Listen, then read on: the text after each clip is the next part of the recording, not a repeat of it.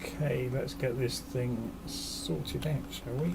So, hopefully you can hear me. Properties. Microphone. Okay, so now you can hear me a lot better. Too loud if anything.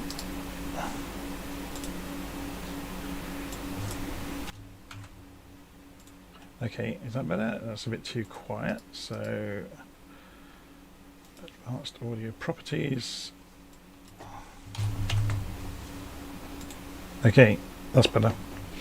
So I don't need to be too close to the microphone, and I'm not overdriving it too much. Maybe I'm overdriving it a bit too much. So put this up plus 5 decibels. Close. Okay, so now you can hear me. Yeah, that's perfect.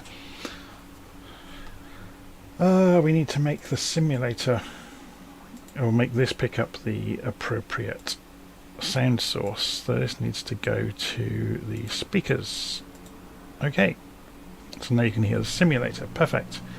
Getting the live stream sorted out slowly. Doing it live so you get to see the configuration of OBS as well along the way. So we are in the, or we are going to be in the Boeing 247D. This is the fairly new aeroplane from Wing 42 in Microsoft Flight Simulator, and it looks pretty awesome. I've finally turned the latency down on the live stream, so I'm seeing the live stream, or you're seeing the live stream, about 2 seconds behind reality, if that, 1 second at times. Okay, so let's go and get inside the aeroplane. First thing we're going to do is go and figure out if we've got enough fuel to do this. So yeah, we're going to need some fuel. So we don't want to put too much fuel in though, because we've got a fairly short runway here. So I'm going to fill it kind of 2/3 full. I mean, let's go for half a tank. I'm just aware that we've got to get off the ground here at Friday Harbour, and this thing doesn't accelerate wonderfully. Okay, so we'll put the wheel chocks on as well while we're at it, and make it so. So now the engineer gets on with doing everything for us. We can just see there's a percentage going there, so refilling the main fuel tank. If we look outside, we can see the doors opening. So you can see there at the moment there's a door open, and that will close again in a moment once the fuel has been filled up in the main tank. You'll put the lid back on, or the cap, and close the flap. If you give it a few seconds, hopefully you'll do it soon. It's always a bit of a pregnant pause while you're waiting for this in. There it goes, he's just closing it. Okay, so he's getting on with that. He's doing the right fuel caps and things. So while he's getting on with that, let's go and make sure that switches around the cockpit are in the right place to start this thing. So we're going to put the engine selector over to the left one, ready for that. The primer valve should be on. If we go and have a look down here, there's the battery. Push to on, pull to off. So we're going to push that in. So that gives us electrical power now from the batteries. The fuel needs to go to the left tank there, and left, or both, sorry, on the distributor dial. And we're getting there slowly. We're going to turn both magnetos to on. And we're getting there. Okay, let's go and get the clipboard back, see if everything's been finished outside. It has.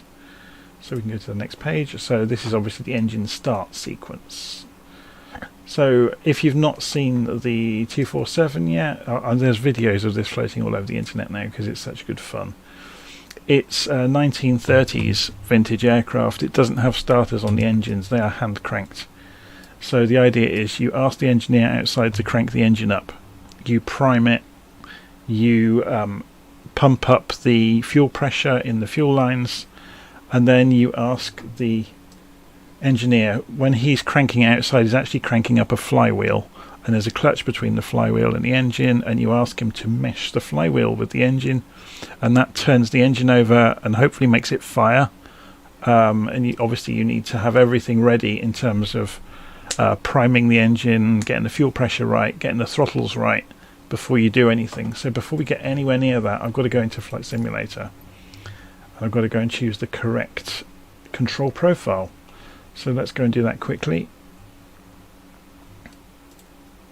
So I apologize if this at the beginning of this video is a bit disjointed, but you know, it's good to show people the things you have to think about. There we go. So I've got the correct control profile now. So if I go back and resume, you can see now, if I look down here before we do anything else, I have got my throttles working. So I'm just adjusting. I've got the Airbus throttle quadrant, which has got locks on the throttles to go into reverse, but obviously this airplane doesn't have reverse, so I'm just removing those, so I've got full free movement of the throttles. This aircraft doesn't have flaps, so I don't need it. It doesn't have air brakes, so we don't need those. My gear lever is down, which agrees with the... Interesting, look at that. That should be in the down position. That was in the wrong place. Okay, so let's just see as well. We've got parking brakes here, so we'll get this clipboard out of the way for a moment. Let's just cycle the parking brakes. That's a lever somewhere else, obviously, that's operating that. So let's do that again. There you go. The parking brake lever's on the left there. So I'm just making sure that all my control throws and everything are configured correctly. So I've got aileron movement, I've got elevator movement, and I've got rudder movement. That's perfect. Okay, so let's get that clipboard back. Or before we do that, so we want to prime the engine. So we've done the magnetos, we need to prime it, spin the engine up. There's a wobble pump here which will pull up the fuel pressures. And if we look closely at these gauges, we need to get the fuel pressure up to about 5 to turn the engine over. Okay, so we're going to pull the plunger out once, twice, 3 times, 4 times. Oh, before we go any further, so you get to hear this nicely, let's open the volume mixer and make sure the flight simulator is nice and loud, so you get to hear the engine. Okay, so we've primed the engine, and now we're going to go and ask the engineer, can you wind up the flywheel? So he's going to go and get the ladder, then attach the crank. So if we look outside, we will see a ladder appear, and you'll see a crank appear on the side of the engine. And there he goes. While he's cranking that up, we also need to take care of something else. We need to move the fuel to rich.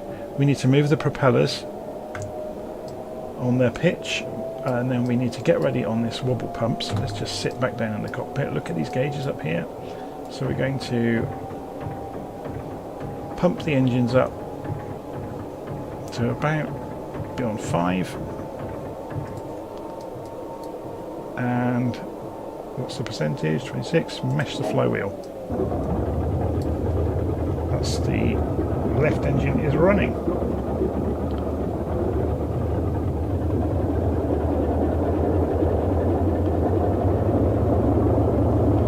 Let's just check what the volumes are like. So it's a bit loud on the volumes, so I'm going to turn that down so you can hear me over it. So I want about -15 is about right. Okay, so now it's the same process for the right engine. So we stow the clipboard, we move the engine selector to the right, we prime again, 1, 2, 3, 4. We make sure that the throttles they don't need to be quite as high now. So about there usually. We get the clipboard back.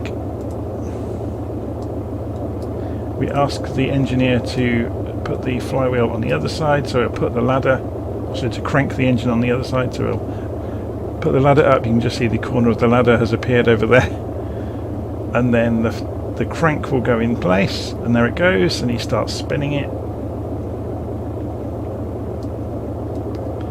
and we wait for it to come up to speed. When it comes up to speed, the colours of these will change, so we can mesh the flywheel. So we need to get ready to start pumping up the fuel pressure on the right hand engine, which we are doing now,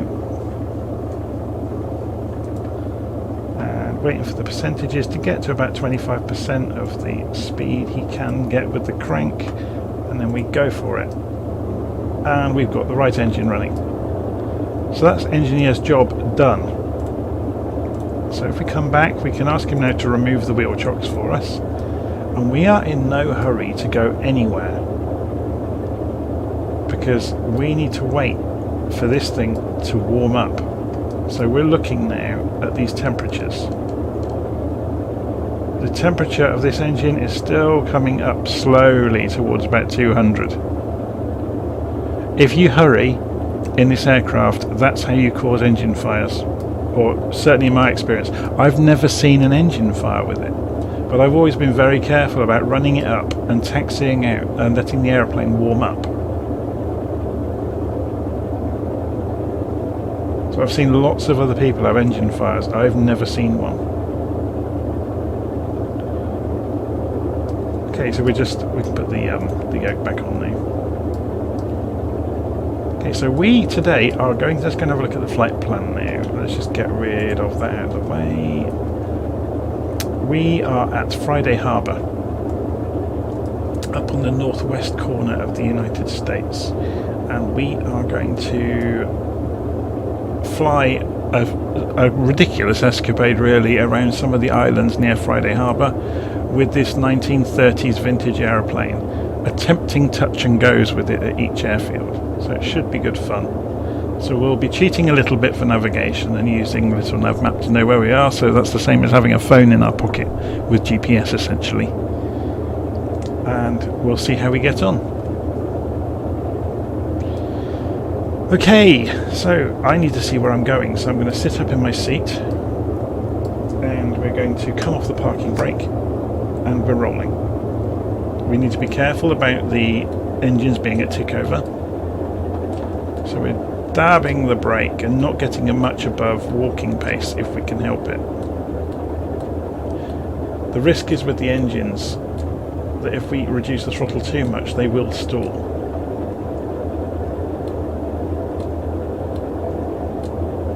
Just touching the brakes.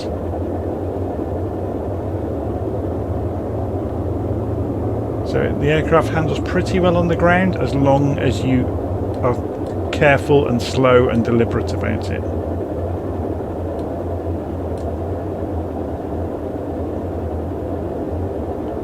Okay.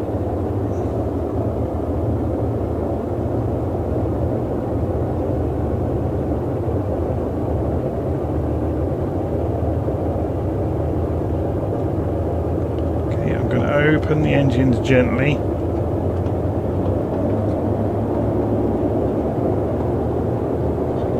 To maximum power. This aircraft rattles a lot. Let's get the view up. Get on the centre line and rotate hard. And we're up. Gear up.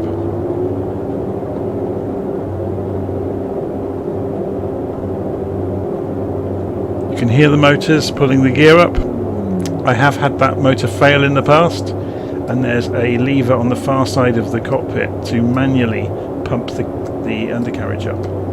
Okay, so I'm going to come back off of maximum throttle now. I don't want to stress the engines. So we can look outside and we can see everything is looking good. And we're also looking at the oil pressures over here. We don't want it to get too low, we don't want it to get too high. Okay, so I just realised I'd forgotten a runway on this tour of the airfields. So we're going to go to Burden Field first, which we're flying out to at the moment. So let's go and sit up and we can see, we'll have to fly a circuit to see it. Because we're probably over it. Yeah, we're just coming over it now. Okay, so I'm going to have to shout a bit for you to hear me over the engine. So there's Burton Field. So we'll loop out over the water and come back in, and we'll do a touch and go at Burton Field. So Evening Clouds is saying hi in the live stream. So hello to Evening Clouds.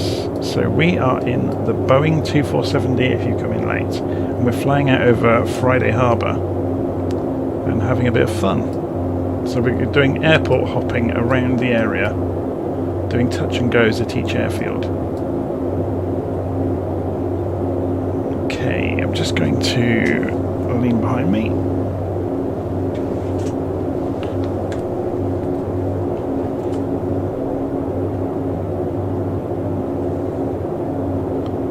So I'm going to cut the engine back to just above tickover. It's worth it. I can actually illustrate this. If I pull the engines all the way back, you'll hear a klaxon. It's quite cool, isn't it? And that's just warning us that we've gone to tick over without the gear down. If you've got the gear down, you can pull the engines back to tick over and it won't complain. Notice you've got a compass up here. I haven't calibrated. There's a gyro compass that's much more like a modern compass. So you've got a floating binnacle compass here. There you go. You see the runway straight in front of us. So let's get that gear down again.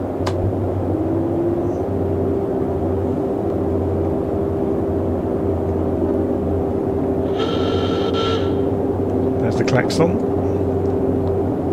So once we get the gear down, the airspeed is going to fall off a cliff because it is so draggy. You can see airspeed here in knots, so we're going to have to be careful here.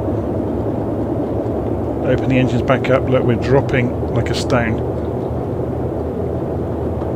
Remember, this is a touch and go we're going for. We're not going for a full stop.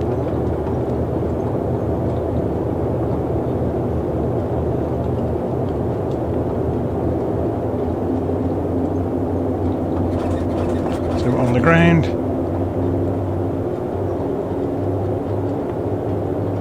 And gear up.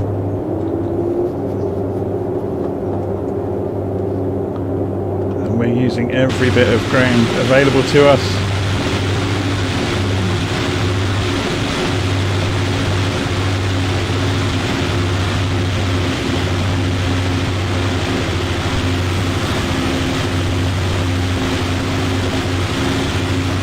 We haven't turned any lights on, have we? That's a bit naughty, really. Okay, let's go down here and turn on our pitot heat we'll have on, and our nav lights. I haven't looked at the outside air temperature even, so we ought to be a bit more careful, really. Okay, so we're just coming out over the bay. We're going to turn around for Lopez Island now, so turn around to the left. If we sit down in our seat, Lopez Island is just over here, the runway. So we're just going to loop round, come back off of maximum power, and then we finish climbing. So you can see Burton Field is down there, we're just leaving it behind.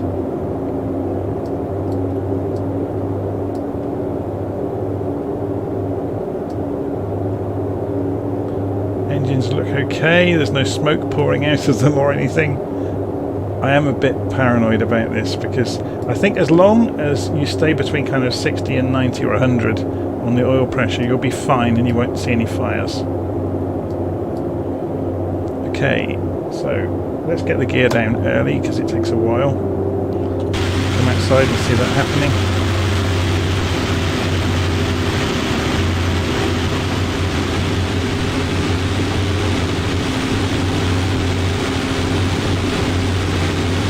Big old balloon tyres. And you can see the airfield we're heading towards over here.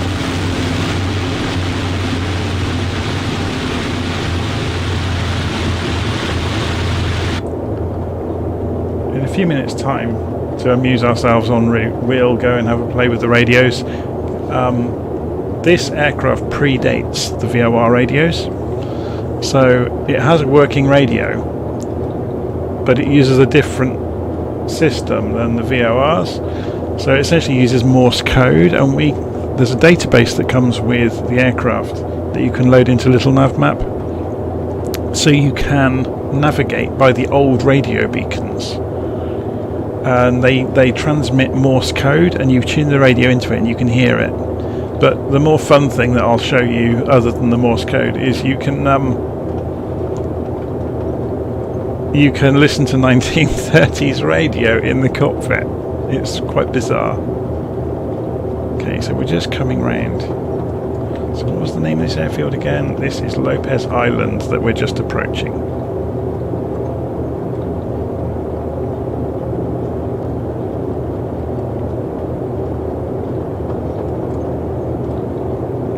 So we're looking good on the airspeed, about 90 knots. Remember, this is touch and go, not a full stop, so we don't need to bleed too much speed off on the way in. So let's centre our view up. Go a bit more wide angle so you get a better view of the runway as we come in. Let's get the mouse out of the way.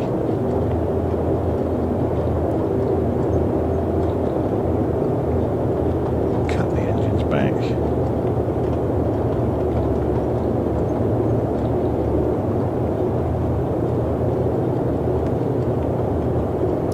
Crosswind, just dealing with that.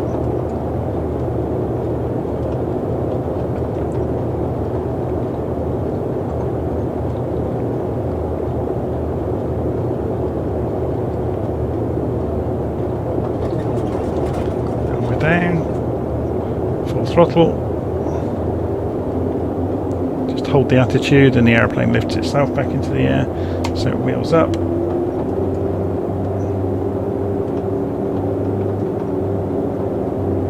Pull the throttles back away from maximum and just climb out. So which way are we going next? We're turning right and heading towards Center Island. So there's going to be a fair amount of looking for runways and figuring out which direction to come into them. So if we have a little look before we get there we go, so there's a better view. So I think the best way would be to go to the north. So let's stop turning. If we go north and come into here, then loop back into there, then loop back and then into there, and then we'll loop out further north over to Blakely. Okay, so let's sort this out.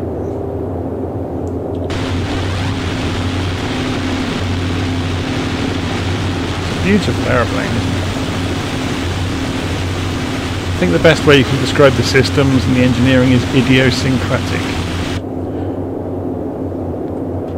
Obviously, because it's so early, a lot of the standard layouts for instruments haven't been decided yet, so there's some things in some very strange places. So you've got undercarriage position, up or down, you've got altitude, airspeed, manifold pressure for the engines, climb rate, fuel, and bizarrely the fuel is reading 0. That's normal. There's two plungers here. I don't know if you can see them. Let me get this yoke out of the way. So if I pull this one, it will tell me how much fuel is in the main tank, and if I pull this one, it will tell me the auxiliary tank. And there are two auxiliary tanks, so there's a lever to flick between one and the other. Okay, so let's turn. So we're looking for Center Island. So if we scoot across in the cockpit, see if we can spot it. Is it down here? Let's go and have a look at the map quickly.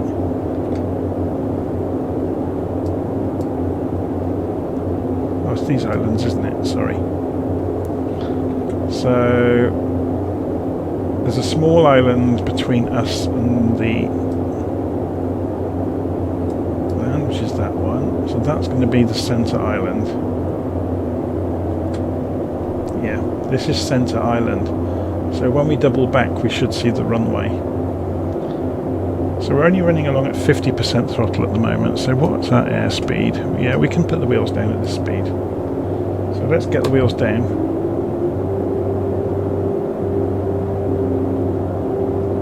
And we can start to see the airstrip in between the trees down there. So let's just keep an eye on this hilltop, make sure we don't crash into it as we turn.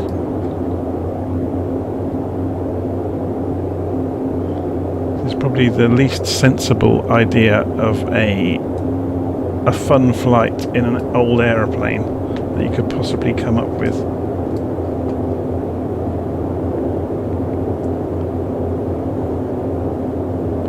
Okay, so we're holding about 110 knots. The gear has travelled all the way down.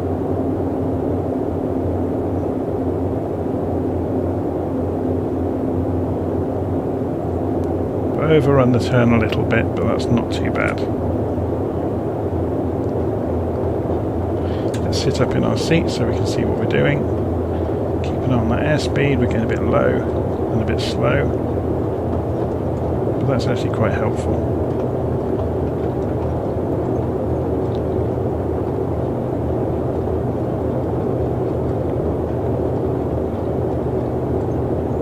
Ooh, it's a bit close to the trees, isn't it?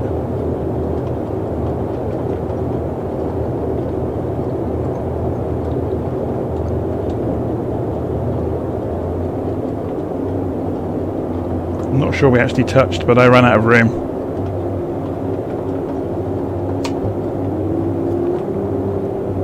We've probably got within inches of the ground. So that's good enough for me. Okay, so we will continue out in a straight line, then double back and go for runway 34 at the next airfield. So let's tip this into a bank, pull the engines back to 50%.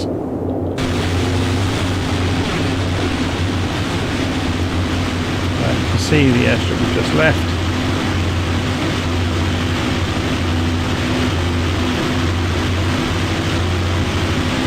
We need to have a look at the map.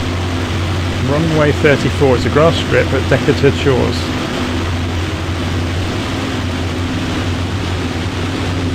So it's this one here. That's going to be another crazy climb on the way out. Okay, so let's look from inside so we get a better perspective of where we are. So gear down again. It's really giving the gear a workout, isn't it? Turn this in a bit earlier this time. Once you actually get it turning, it turns quite quickly and easily. So the gear is down, hopefully.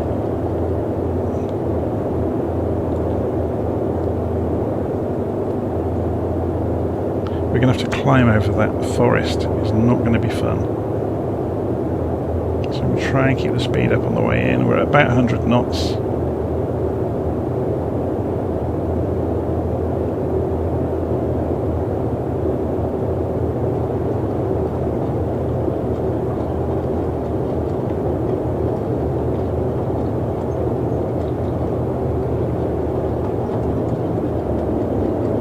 Slow down a bit.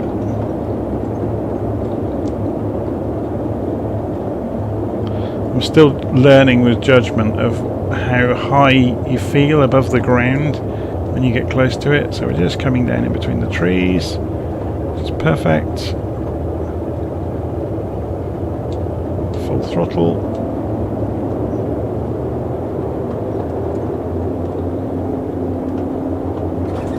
And we're on the ground.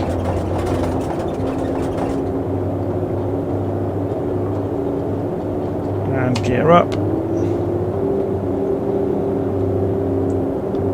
And we're aiming for the tree line. We don't want to pull up too high because this aircraft can't climb that steeply. But it's going to make this quite easily. Okay, so then we double back around again and we're going for Decatur Jones' second airfield, which is over in the trees over here somewhere. Can we see it as we leave?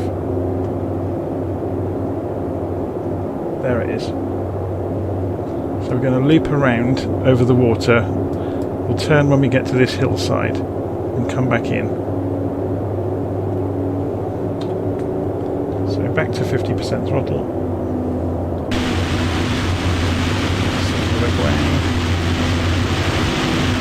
It's down there, the other side of the hill.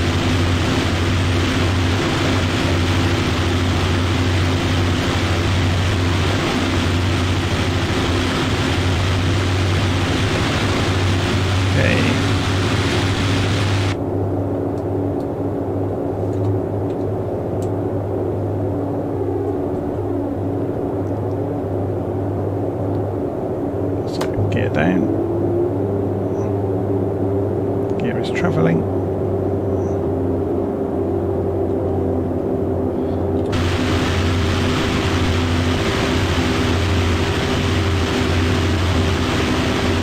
This is going to be an altogether more difficult approach. Yeah, because it's very short run.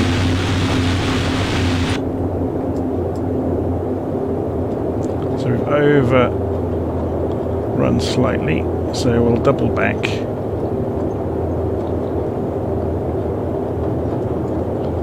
Sit up so we can see where we're going. The chances of making this are quite slim, but we'll have a go. We're going to have to come in quite steeply.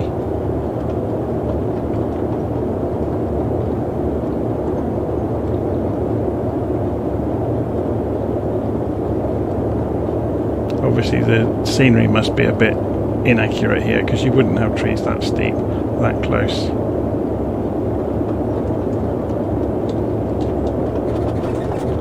That was more of a whack than a touch, wasn't it?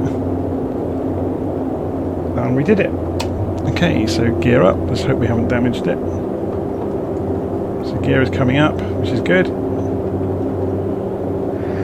Haven't quite smashed it up so far. Okay, back to 50% throttle, and we decided we were going to turn right, didn't we? So we're going to turn over the top of these islands. And let's open the engines up a bit and get this thing running. Okay, so let's have a look on the map, and let's, while we're turning, we'll put all of the points of interest on, which will hopefully give us a radio station somewhere nearby, or maybe not. Now there's one of the old radio beacons. I'm actually looking for is one of these. Ah, here we go. 1200 KVOS is a radio network. So I need to get ourselves fairly level first.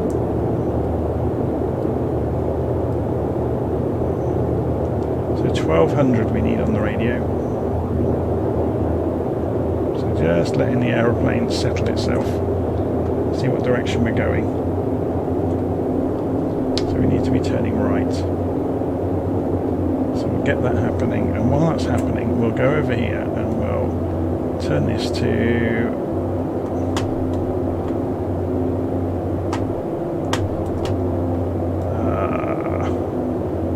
1200, don't we? There we go, 1200. We'll come back in a moment. I need to keep an eye on the aeroplane. Whoops. Where are we going?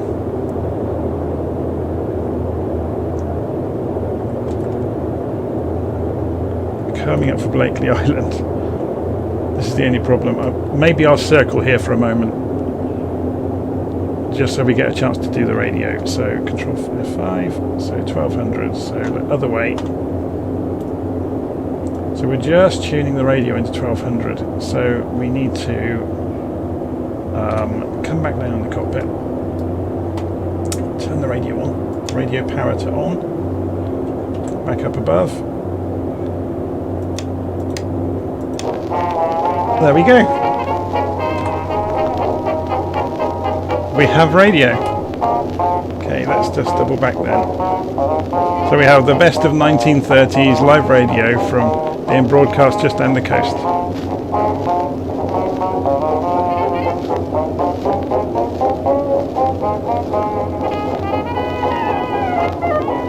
So just keeping an eye on the airspeed. We can go for gear. We could go straight in probably, because if I pull the throttles right back with the gear down, this aircraft becomes so draggy we should be able to descend and not accelerate too much.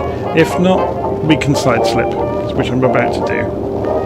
So I've just side slipped the aeroplane massively, and you can see the speed has dropped through the floor.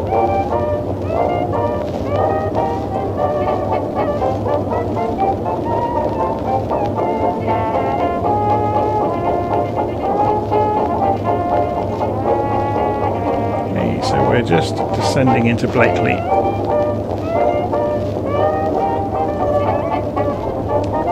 And you get some music in the background that I won't get a copyright strike on. Fantastic.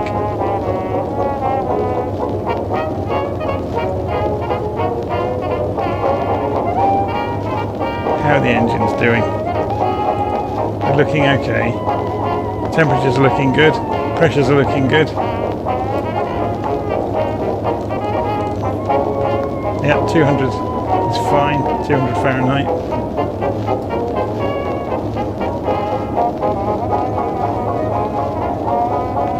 Let's just check the sound levels. Oh, it's a bit loud, isn't it? Should we go and turn the radio off and concentrate on flying instead of messing around with 1930s radio stations?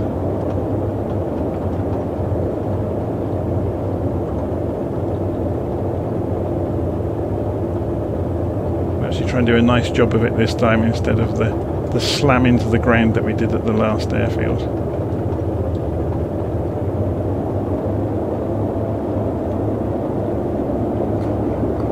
And we're down.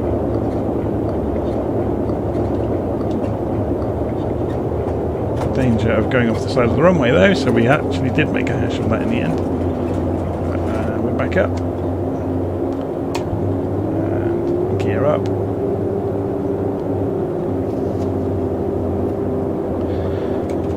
So where are we going next on our magical mystery tour? 264 degrees over to Crane Island airstrip. So let's start turning.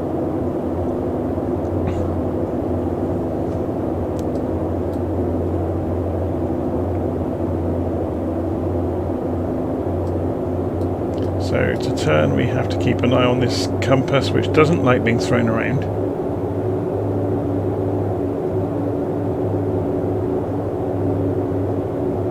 And it's reversed because it's a binnacle compass, so if you look carefully at it, the angle's in the wrong direction than you'd imagine. So we're going to go out over this island and turn back in. So I'll show you how the gyro works while we're at it as well. So if we level out, let's get our plane nice and level. We've got an attitude indicator here as well.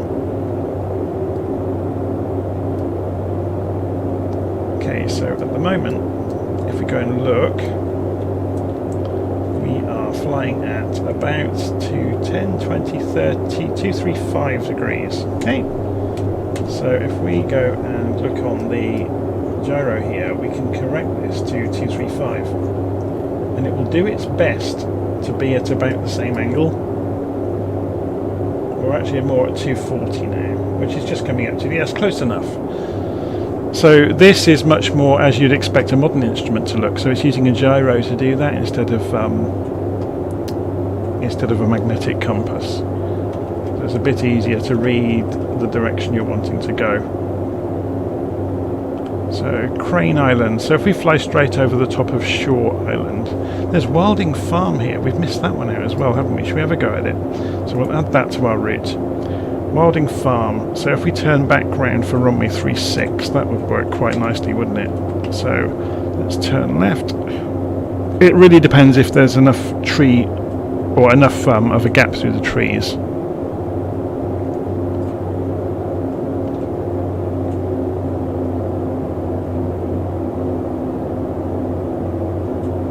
William Kelly has appeared and said, oh, you missed the startup. I fired the engines up first time. I've pretty much nailed it now how to do it, so it's not such a struggle anymore. So we're looking now for Wilding Farm, which is a gap in the trees somewhere over there. So let's have a look at the little map. So it's off of our right wing right now, but over the bay on the far side. So it's there, I think. Where's the angle related to the bay? Oh no, it's onto the bay, so it's here. So we're going to scoot round and come into the bay.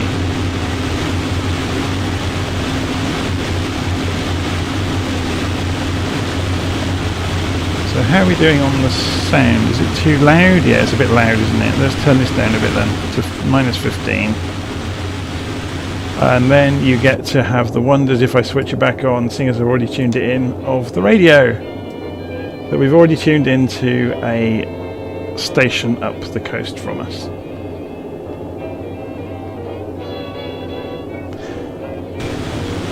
Yep, United Airlines livery is very nice. Okay, so there's the airfield there. So we need to turn around pretty sharpish. So let's get the gear down. That will help slow us down, or help stop us from accelerating, I should say.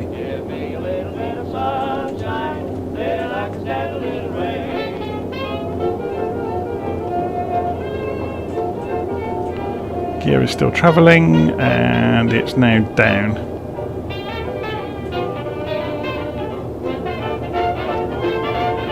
So there is the airstrip directly in front of us. We're almost going to have to stall over the tree line, I think, and then just go low across the water to get away. So let's sit up in our seats so we can see. Let's have a look. Yeah, it's a dangerous one, isn't it? So we're not quite coming in straight, so we'll go to the right and come back.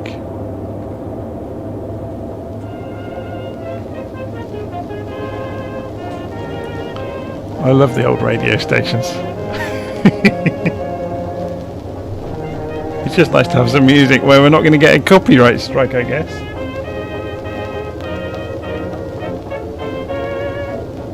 Interesting, you can hear it's really crackly. That's because the transmitter is a long way away. If we get completely out of, behind hills and things, we may lose it. May lose the signal entirely. I'm not sure we're going to be able to make this with this aircraft to do a touch and go, because we're going to be really low over those trees and without much room to play with before the water. So it's going to be a dive over the tree line and try to get the wheels anywhere near the floor. So I'm just going to move the mouse down so I can see the airspeed. We're only doing 80 knots, look. We're really dropping this in. 70 knots is getting dangerous.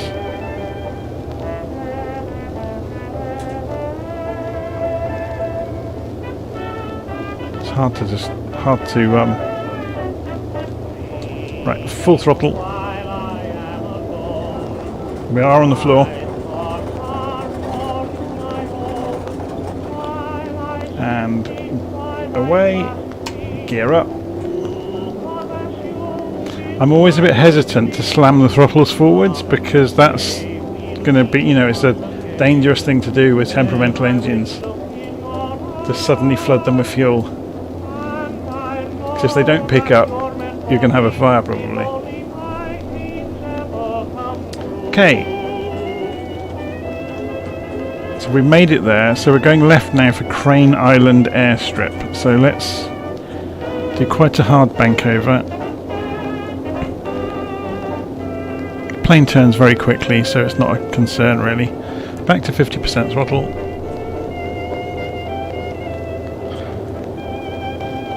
So do we have any beat? So we go for the channel and then look right. So we go for this side of the channel and then we look right for the airstrip. So before we accelerate too much, we'll get the nose up and we'll drop the gear again. Ready? We're looking right for the airstrip and then we'll turn in towards it as soon as we see it. Does it actually come to the coast? No, it's on top of the island. So we might not see it from the water here unless we had a bit more altitude maybe. So I'm just easing the throttles open. That's enough of the radio. Let's go and have a look at here. Can we see it? It's worth pointing out we can open these. It's a bit noisy out there.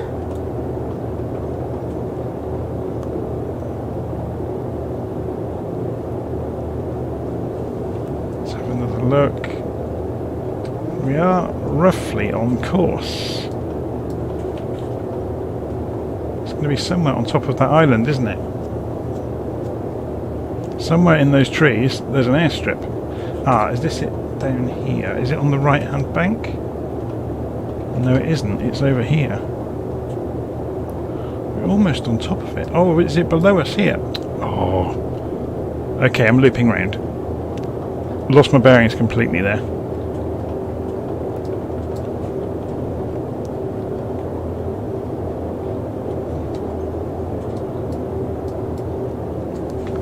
Better to be safe than sorry. We'll just loop round over the top of these trees here and come back in. We've already got the gear down. So let's have a look.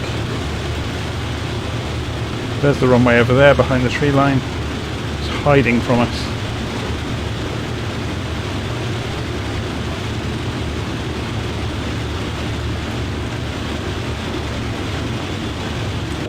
So if we look out the window now, we can see it. I'm going to open the engines up so we don't stall.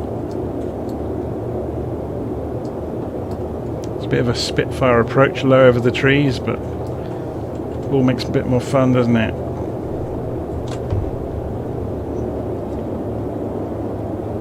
In fact, it actually works, doesn't it, to come in from this angle, because then you miss some of the trees.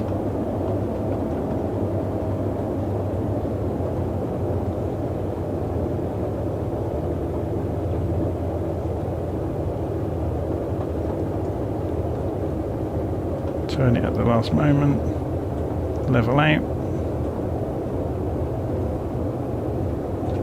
full throttle, and we're down, straighten up, a little bit on the grass but doesn't matter too much, and we're away again, and gear up.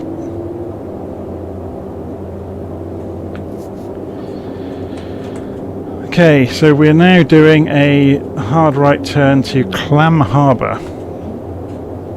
So if we turn straight away, we might get a good view of it.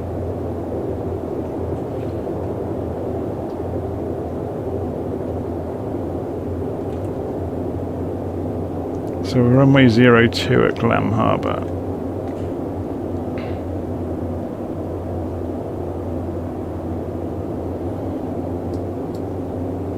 It'll be over here somewhere. Is that it there, low against the waterline?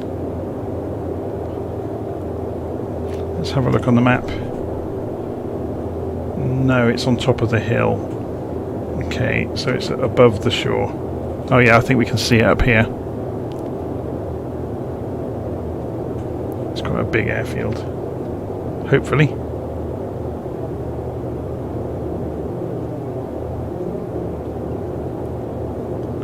Just climbing out. Okay, I wonder what's on the radio. Should we have a check again, see if it's something worth listening to? Oh, wonderful.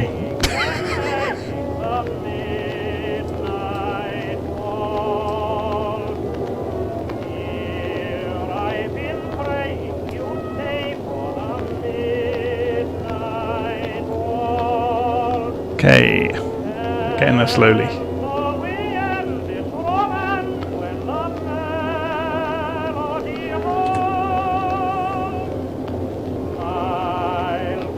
Gear down.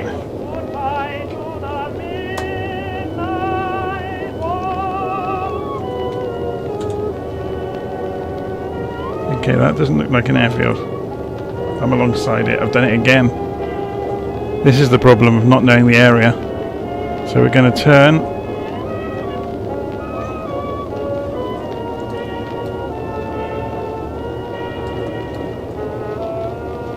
Go back out over the water and come back in.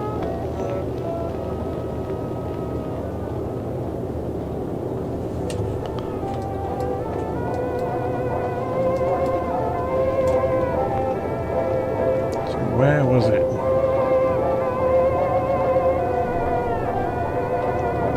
Let's get a bit of altitude. Hopefully that will help us see it.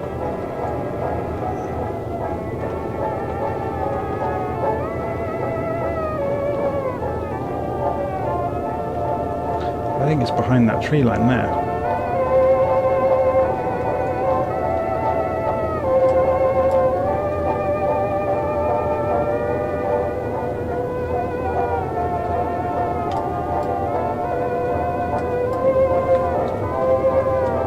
It's difficult to see, isn't it? Yeah, it's got to be down there, hasn't it, I reckon.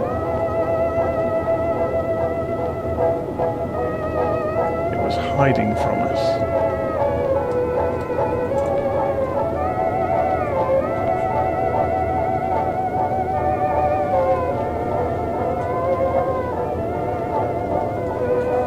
So gear is down.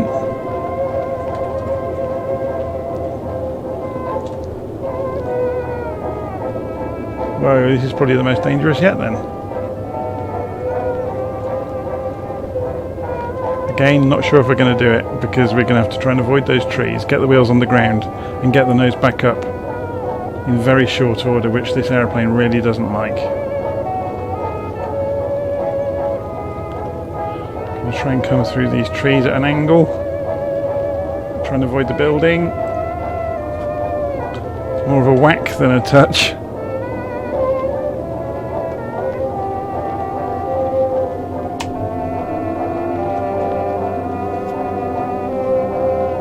Okay, we just made it. So, north. Not very far at all to Crow Valley. It's a grass airstrip, so if we do this right...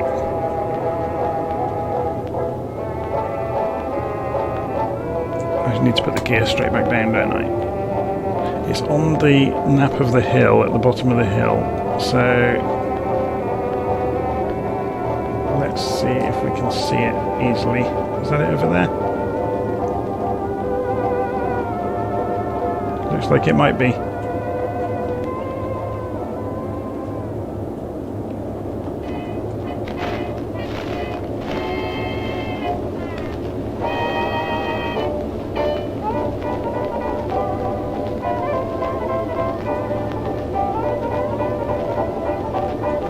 Okay.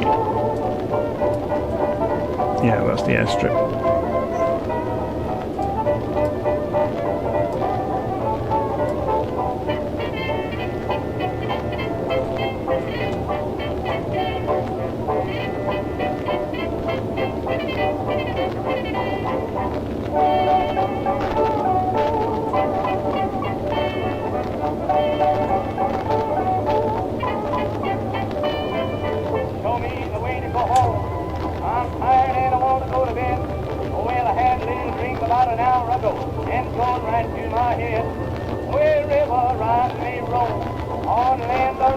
Okay, looking good.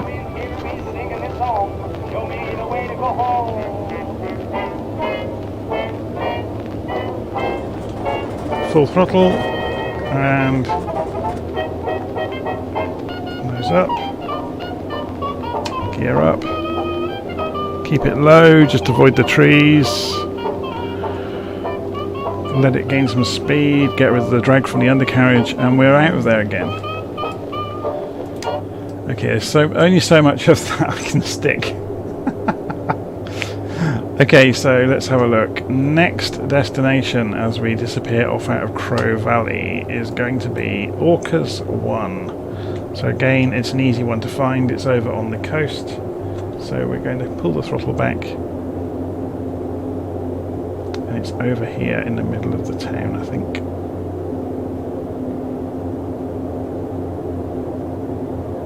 Just check that. Yeah, it's looking good. Okay, so gear down again. And you can see the airstrip there. It's just appearing behind that hill.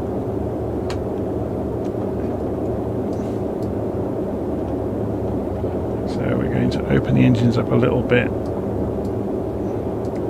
So we're doing... ooh, we're getting slow. Down to 80 knots. And of course now the undercarriage is down, those huge balloon tyres, they're very draggy.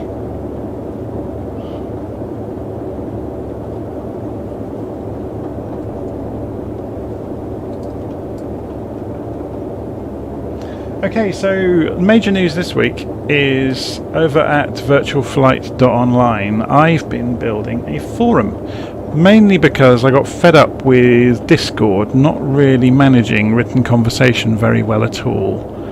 It doesn't do replies. If you get more than one conversation happening in a channel, it can't handle it and everything just gets jumbled up. So I went and built a forum. So if you go to virtualflight.online, you will now see there is a forum there. And it's free to join. And you can go and read the conversations that are going on before you sign up, so you can go and have a look around. It's not like Discord where it's hidden away. And the forum is for everybody. So for everybody to talk about flight sims and, you know, reminisce and share knowledge and wisdom, tips, and to obviously to organise the group flights. So we Virtual Flight Online, we run at least one group flight a week, which is usually on a Sunday evening, just a relaxed group flight where we all come together, or as many of us are around, come together and fly, but a route somewhere around the world, and we have flight plans for the routes and everything you'd expect really to help everybody. And it's a great way of sharing information with each other and to ask questions if you're not sure of how something works in the simulator. So if you've got a whole room full of people, it's the best way of finding answers. Okay, so just concentrate for a few moments to bring this in nice and smoothly for this touch and go. Obviously I would have come down earlier. There we go, we're down. You can see the dash starts rattling around as soon as we get on the floor. So we're accelerating again. Tail is coming up, look, you can see the nose dipping, and pull back gently, and everything goes smooth as the wheels come off the floor. Gear up.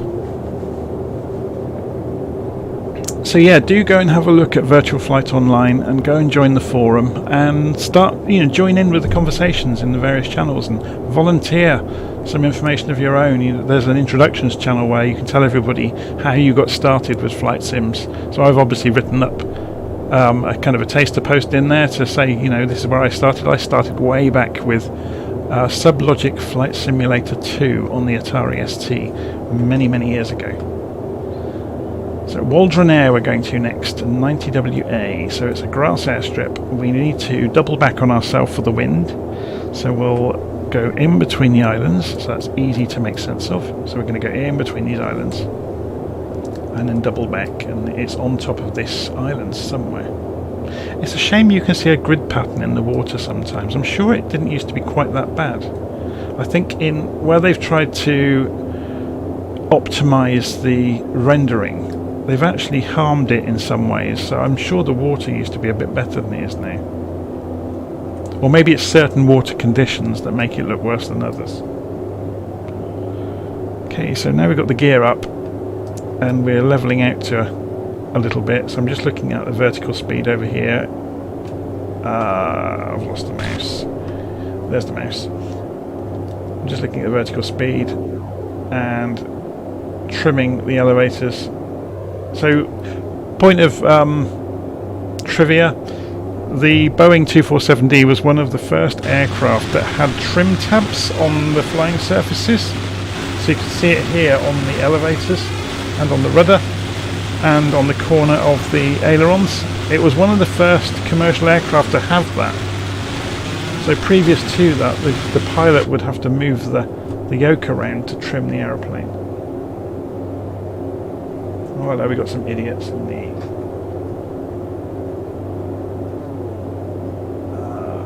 report. Unwanted content or spam report. Okay.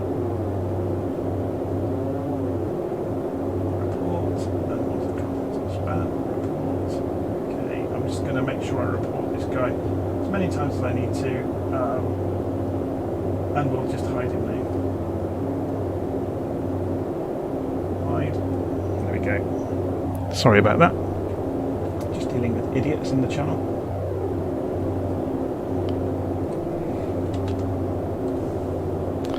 Okay, so now we've done that, we can actually concentrate on getting this plane back into the route.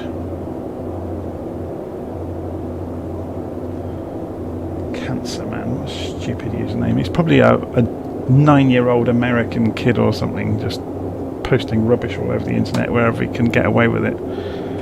Okay, so gear is coming down. We're slowing down.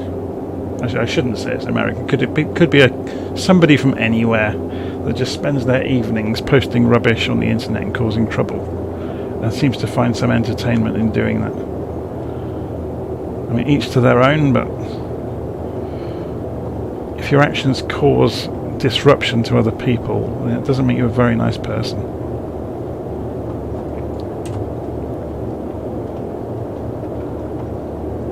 Anyway, there we go. We are approaching Waldron Air, and then we're going to turn left after that. So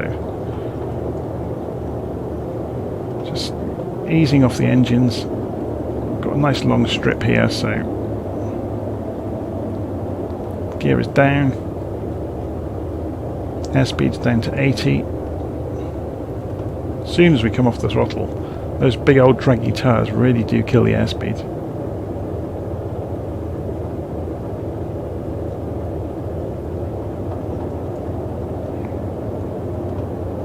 So diving over the treetops here.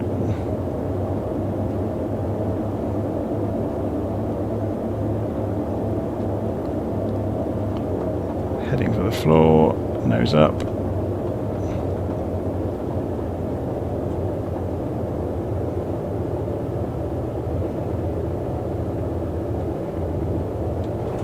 And we're down. Full throttle.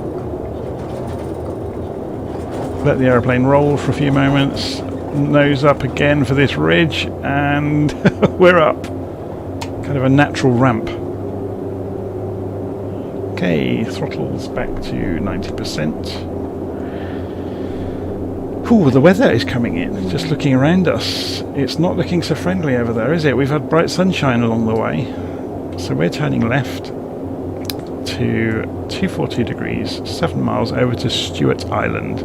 So we should be able to come in on this side on runway 25 and then double back for Stewart Island Air Park. So we're looking for 242 degrees. So remember we turned on the gyro, we tuned in or calibrated the gyro. So look, that gives us a much nicer way of saying we're going for 240 degrees, which is perfect. Just trimming the elevator. Obviously as the aircraft accelerates we get more lift over the wings, so the nose will come up.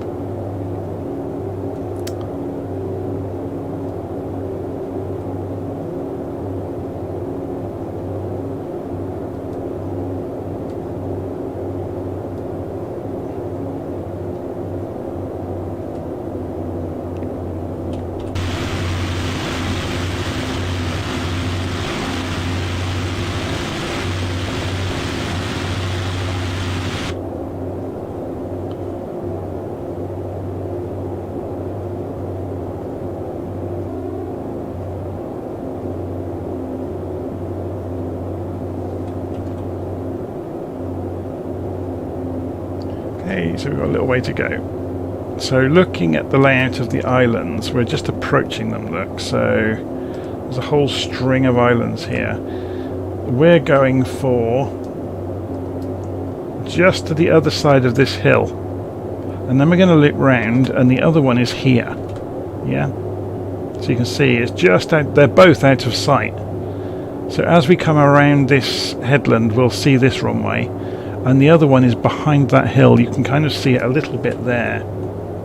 There's a flat area.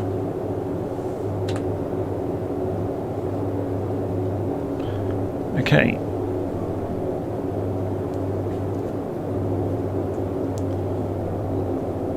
So we're looking outside. We haven't looked outside for a while at this airplane. It's a great airplane, isn't it? I mean, a lot of people think this is an ugly plane. I think it's actually really nice looking. It's of its era. Should we see if we can still get the radio? See who's playing.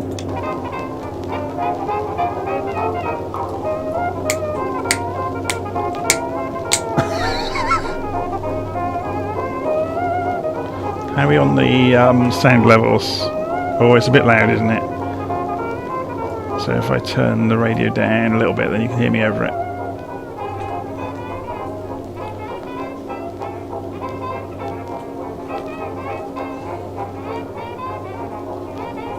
Okay, so we're just coming around this headland, and we should see the airstrip directly in front of us. So I'm coming off the throttles.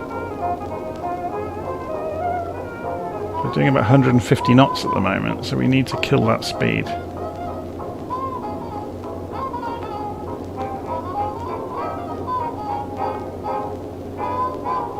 And there's the grass airstrip we're going to use. So speed is coming off. Gear is travelling. There's a tree right in the middle of where we're wanting to put the airplane down, so we're going to go to the left slightly.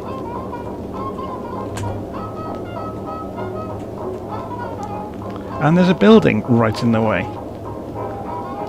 They're really great at that, aren't they? So, just opening the engines up. We're down to 80 knots. As soon as those wheels come down, it's like the biggest natural air brake possible.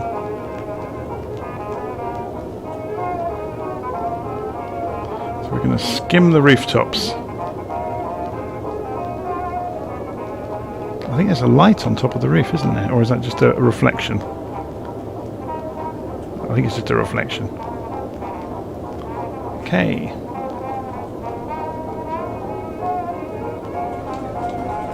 Full throttle.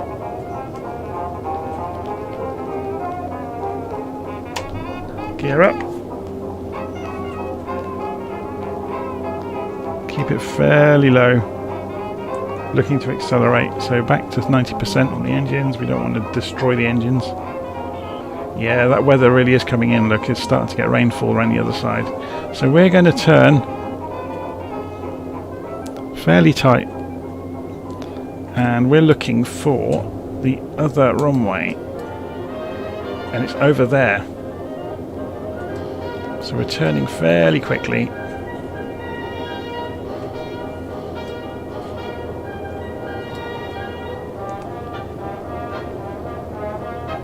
Okay, gear down.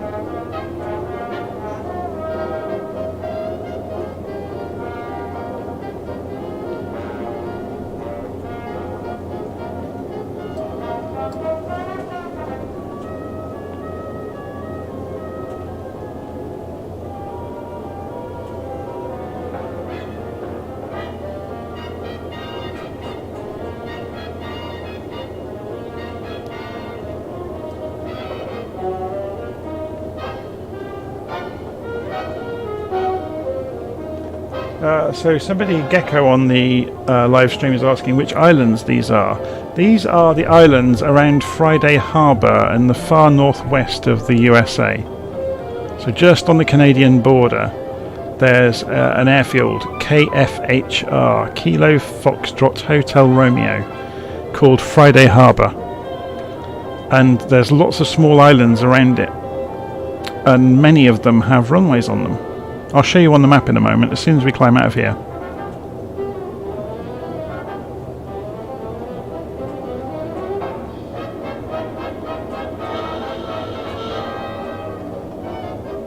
Oh, we have an emergency. The gear hasn't gone down.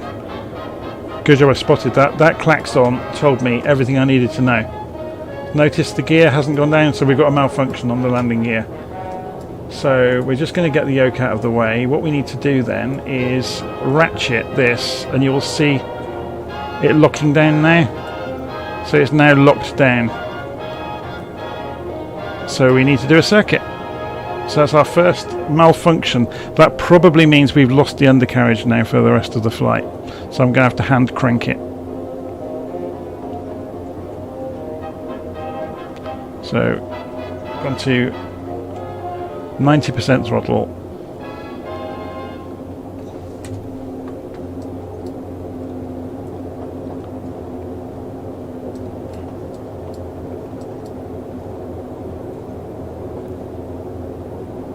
It's a good job we spotted that in time.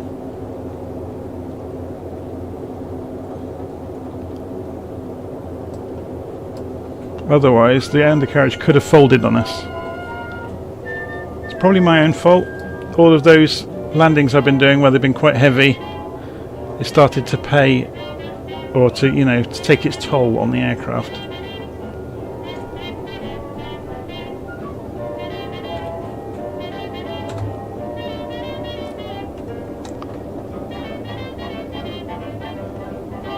Okay, let's have another go at that with undercarriage that hopefully won't fold.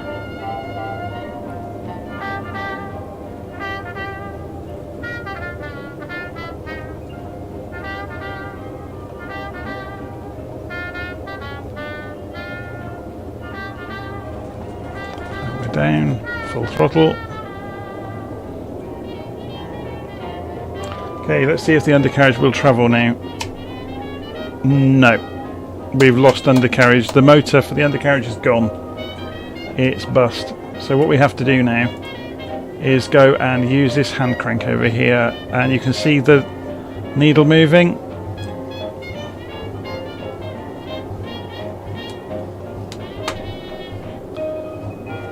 And it takes a while.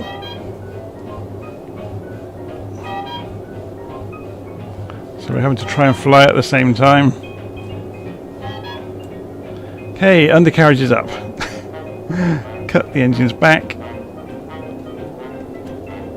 And where are we? Slightly off course. We're nearly home anyway. So Roche Harbour is our next airfield. So looking at the wind, there's only 1 knot wind, so we could just come in on runway 25, and thankfully it's a paved runway. Oops, wrong application. So let's figure out where we are.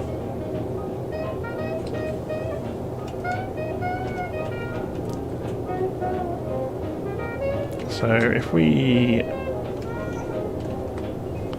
level up and look out over the right wing in a moment, we should start to see the airfield. We're gonna need to get the wheels down again. So I may leave them down for the last leg. So we move that little manual gear selector switch, and then we start cranking, and we're putting the wheels down again. We're hand cranking them. You can see this outside, what's going on. So there's the wheels. If we hand crank them, it's a bit of a job to grab this and to keep the mouse in the right place in the cockpit. Halfway, it's memories of Memphis Belle and Dunkirk and movies like that where they had to hand crank the wheels, isn't there?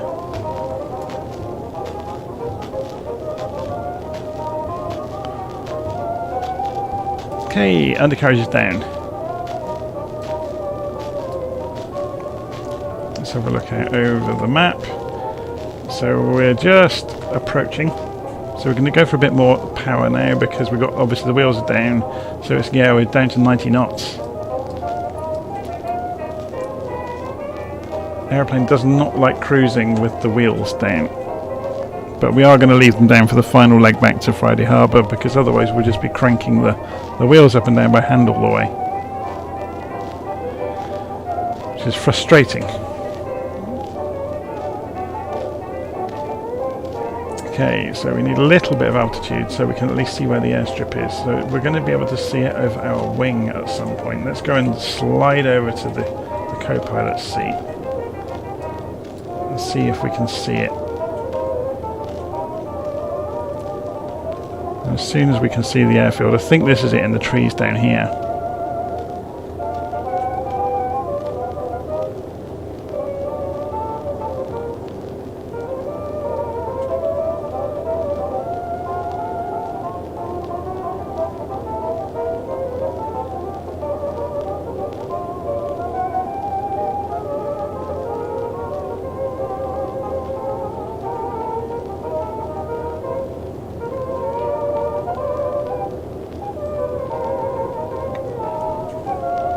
Okay, let's just turn in and hope for the best, shall we? And that's not an airfield. Oh, it's the other side.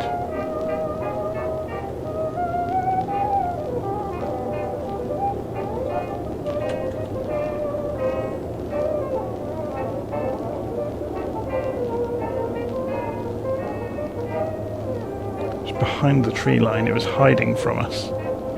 It even has lights.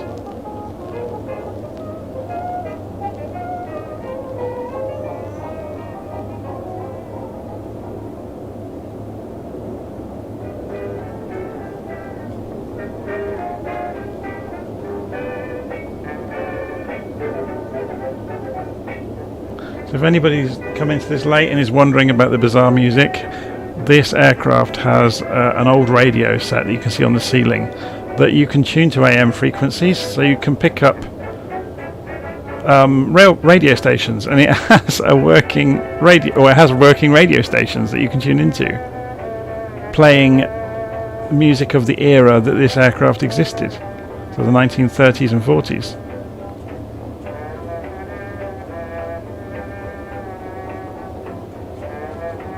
And we're down, full throttle. Whoa, there's a bit of a crosswind across this escarpment. Just trying to avoid the taking out the windsock. Gear up. Oh, of course, they've got no gear, have we? Great. So, how far away are we from home? We're 6 miles away.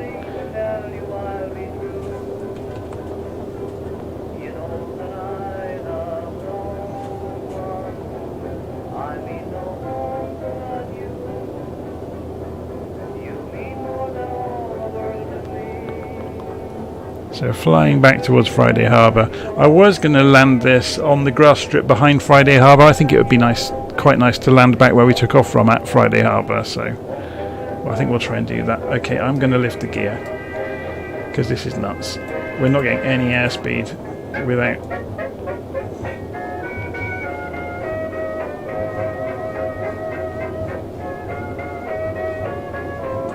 This is so difficult to do.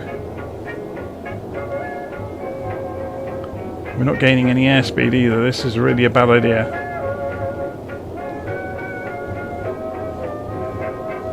Obviously we're getting rid of drag though as the wheels are coming up, so the airspeed is maintaining even though we're climbing. Okay.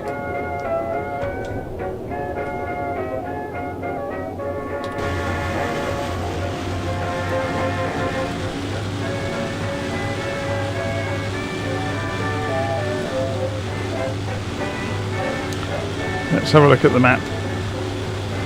Heading towards home. So we actually want to be heading... Which way's the wind? There is no wind. So we're going to turn slightly across the wind, or across our path, to get a nice run into Friday Harbour. So Friday Harbour is on the water's edge over here. So we're just turning left, so we get a nice approach in. Let's sit outside for a bit. Haven't sat outside for a while. I know it's very noisy out here. Okay, so Defcon 001 is saying hello everyone. Hello Defcon 001.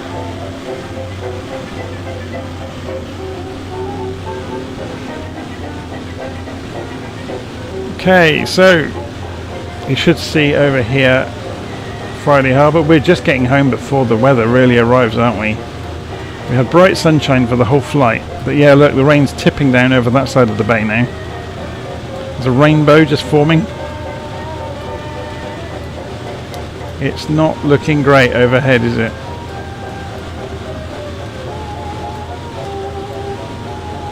So there's the airstrip at Friday Harbour. It's quite distinctive, easy to see. Let's see if this rain cloud's going to dump on us just in time to land then.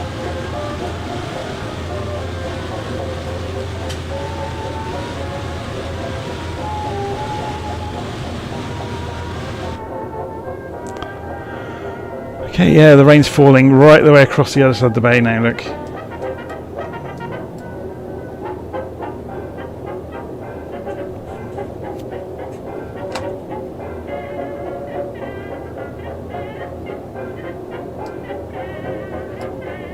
Oh, that music is just getting on my wick now. Let's turn the radio off.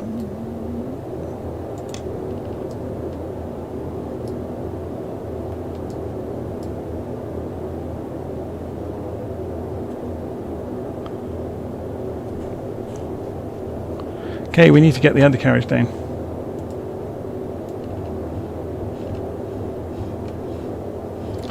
So that looks to be the only failure we've had today is the undercarriage, but we have put it up and down about 30 times with the different airfields, or 20 times I should say. So it's not a surprise.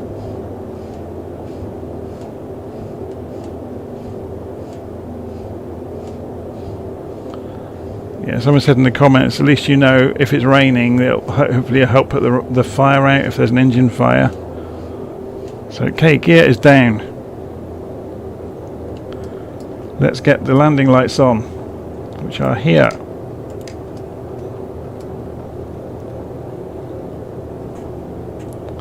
There's no comm radio in this airplane. It predates all of that. there was a crystal set. So this is quite a good story in the documentation about this. So there's fuses for the radio. The fuses all work, so all the circuits work. But there's a crystal set switches on the dashboard.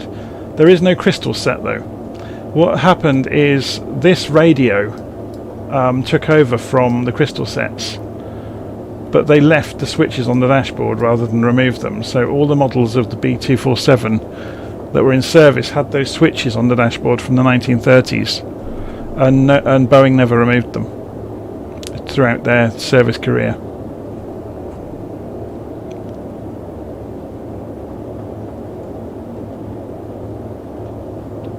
Okay, so we've got a nice long slow approach. Someone's saying on the live chat the co-pilot must have looked like Popeye by the end of the week. Well, he would on this one, because we have got electric gear motors, but they failed during the flight. So for the first 3/4 of the flight, doing this airport hopping, I did have powered undercarriage retraction and extension, but I lost it on the last few runways, so I had to hand crank the wheels up and down.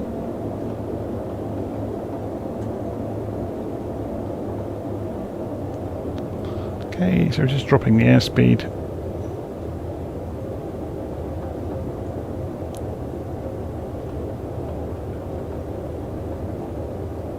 Don't want to get too slow.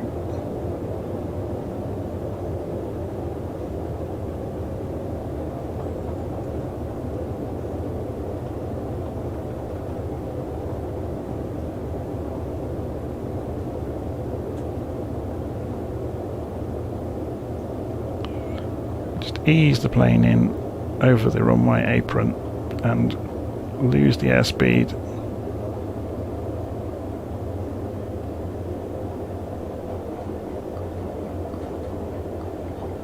And there we go, we're down.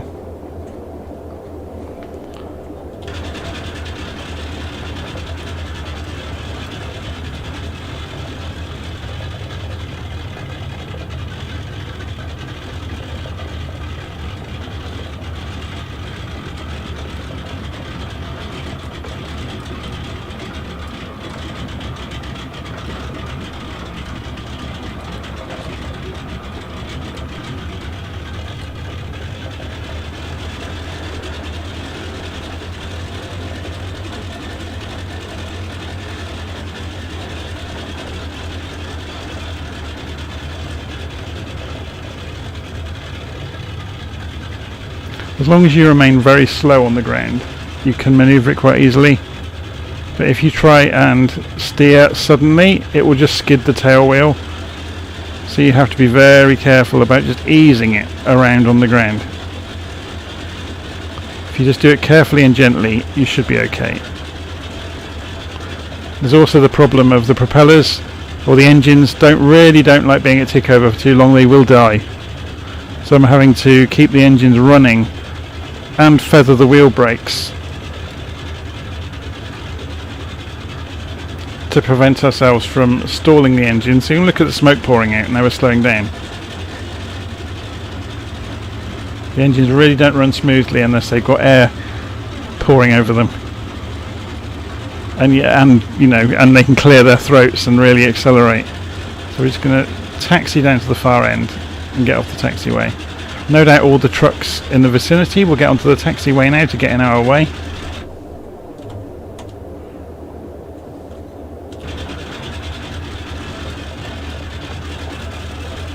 It's a lovely looking plane, isn't it? So we're going to put some backstick pressure on in case we need to blip the throttles so the tail doesn't lift. And the police are waiting for me. Look, they obviously found out about my idiotic flying antics. So let's take the top off their police car with the wing. There we go, knock out all the sirens. We'll park on this corner here, this will be perfect for us.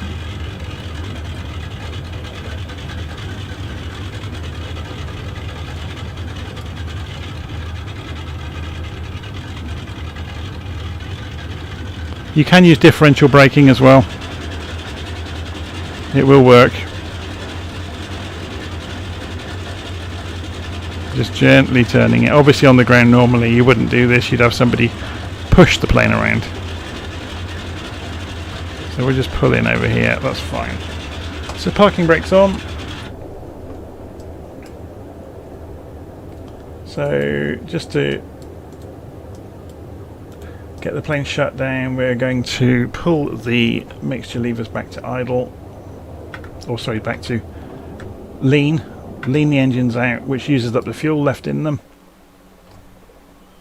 And that's done that. We can now pull the propellers back.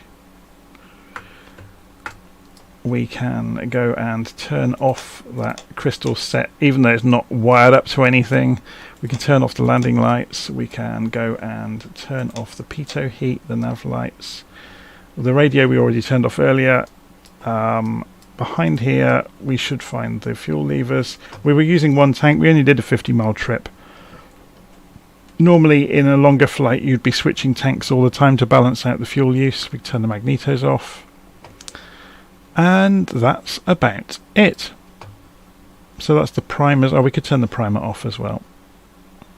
Let's see how we could see how much fuel we got left.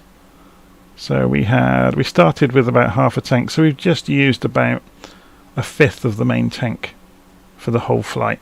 So it wasn't too bad at all. Okay, so there you go.